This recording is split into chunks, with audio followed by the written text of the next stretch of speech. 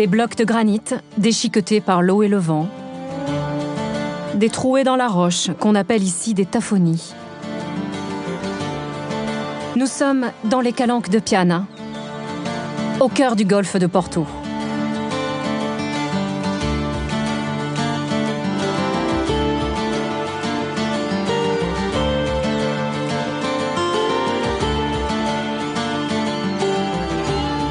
Un golfe classé par l'UNESCO parmi les plus beaux sites du monde. Il se dessine sur la côte ouest de la Corse, entre le Capo Rosso et la presqu'île de Scandola.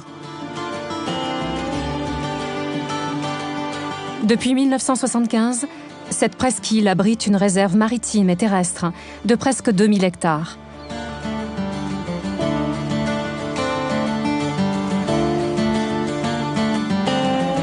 Surplombant le golfe, Piana la Blanche.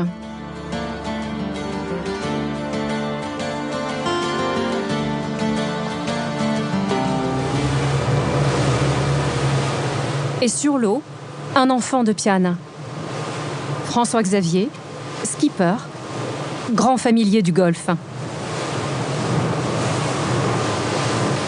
Un site qu'il a exploré dès l'enfance avec son grand-père.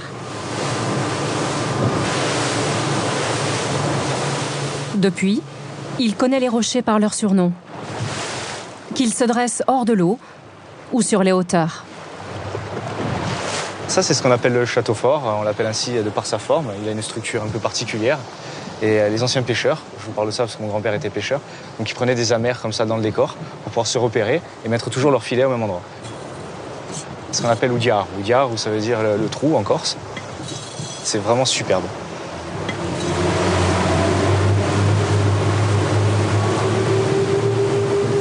Cet endroit, ça s'appelle l'Isola d'Ardo. Ça sert aussi de signal pour la pêche. Celui-ci, à droite? Ouais.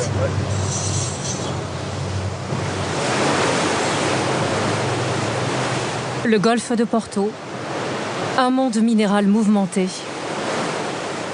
monumental, qui culmine au Capo Rosso, une falaise vertigineuse de 330 mètres de haut. Le golfe est formé de roches magmatiques, du granit alcalin rose, rare en Europe, extrêmement résistant et marqué par des failles, des cassures, des fractures. Toute cette partie a été façonnée, érodée pendant des millions d'années. Pas mal de végétation qui arrive tout de même à évoluer là-dessus. C'est une roche qui est très riche en minéraux. On retrouve du lentisque, il y a même de l'immortel. C'est des plantes qui sont utilisées pour faire des produits cosmétiques. On retrouve pas mal de choses au niveau de la biodiversité sur le site en lui-même. Tout au long de la journée, ça change de couleur au niveau de la lumière, de la luminosité. La mer calme, la mer qui bouge un petit peu, tout change à chaque fois. On retrouve des formes différentes à chaque moment. C'est assez incroyable comme décor. Dans ce décor saisissant, la mer a creusé le pied des falaises.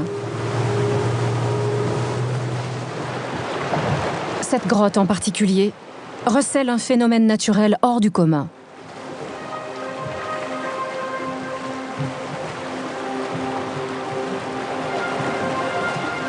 Elle possède 2 ouvertures sur la mer.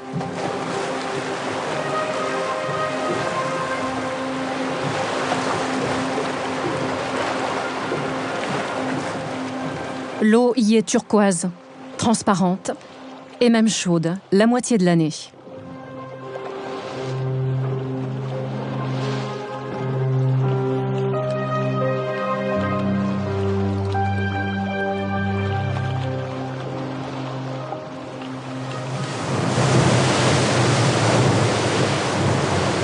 Entre les falaises, enfin, apparaît une petite crique. Plutôt réservée aux intimes, avec ses quelques cabanons de pêcheurs. Longtemps isolés ici, sans eau ni électricité. Ça, c'est la plage de Figadio. C'est une petite plage où les pêcheurs de Piana vivaient là durant l'été pour être au plus près de la mer pendant la période de pêche. Alors chaque famille descendait ici, donc ils étaient 8, tous des amis, des cousins. C'était vraiment une ambiance très particulière ici. On a des super moments, là où j'ai appris à nager aussi. Et donc on restait ici tout l'été. Alors il y avait des poules sur la plage, c'était une ambiance vraiment à part entière. On ne dit pas au bout de 3 mois de vacances, quand on disait demain il y a école, on on partait en dépression. Mais c'est vraiment un havre de paix qui me rappelle énormément mon enfance.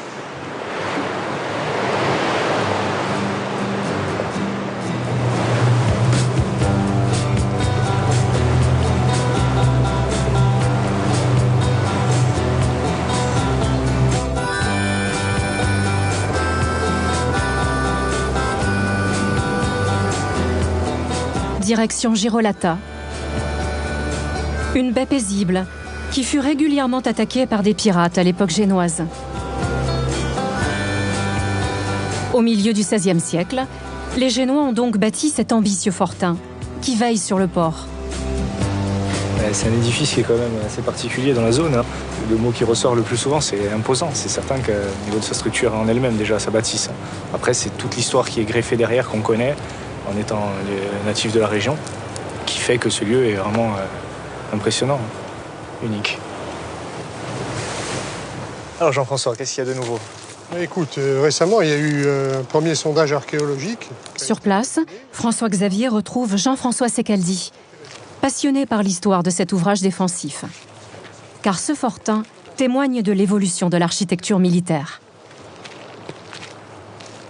La base de la tour centrale est protégée par une enceinte remplie en terre-plein qui fait amortisseur des coups de canon beaucoup plus puissants qu'il y avait à l'époque, qu'il fallait protéger davantage les ouvrages parce que l'artillerie avait fait d'énormes progrès, puis a aussi abrité une garnison un petit peu importante. Un petit peu importante, ça pouvait dire en période de crise, peut-être une vingtaine ou une trentaine de personnes. Mais en période normale, c'était entre 6 et 8 personnes ici, dans la tour à cette époque-là. Du sommet de la tour, ces hommes pouvaient soutenir l'assaut des pirates. Et alors comment se défendaient-ils du haut de ce fortin? Eh bien, dès l'origine, comme toutes les tours de l'époque, il y avait des machicoulis. Tout le tour de la construction. Là, il y en a un qui est encore en état. Alors, si on se penche, on voit la hauteur de la construction, c'est assez impressionnant. Mais le plus souvent, il manquait d'armement. Et l'autorité génoise avait du mal à leur en fournir régulièrement. Et donc, qu'est-ce qu'ils faisaient? Ils entassaient des pierres, des galets, qui montaient ici sur la plateforme, et ils les utilisaient, et je vous assure que c'est efficace. Mais avec les progrès de l'artillerie, ces machicoulis ont fini par se révéler inefficaces. Après, vous avez un exemple de la modification qu'il y a eu. Ils ont détruit les machicoulis antérieurs et ils ont ouvert la muraille pour pouvoir mettre en place un canon. Ils pouvaient déplacer le canon pour qu'il puisse intervenir dans des bonnes conditions.